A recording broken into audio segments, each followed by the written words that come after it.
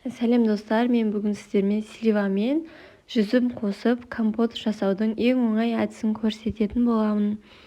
Ол үшін ең алдымен менің каналыма тіркеліп кетіңіздер, лайк басып комментарий жазыңыздар. Ол сіздер үшін бірер секунд, ал мен үшін үлкен еңбек болады. Ең алдымен осылай сливаларды жақсылап жуып аламыз. Жуып жатқан кезде міндетті түрде үлкенде отызға қосымша су қайнатып қоятын боламыз. Себебі біз чтобы тезірек жауып алу үшін. Және де банкамызды бірінші осылай парлап аламыз. Өздеріңізге ыңғайлы ыдыста да парласаңыздар болады. Сосын астына слива осылай 15 штуктай, үстіне жүзім салып қант салатын боламыз.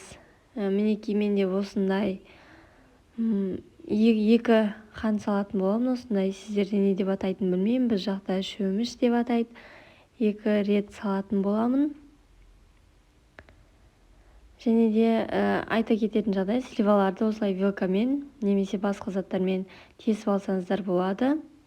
Менде бір қолмен түсіру ыңғайсыз болып тұр. Осылай саламыз.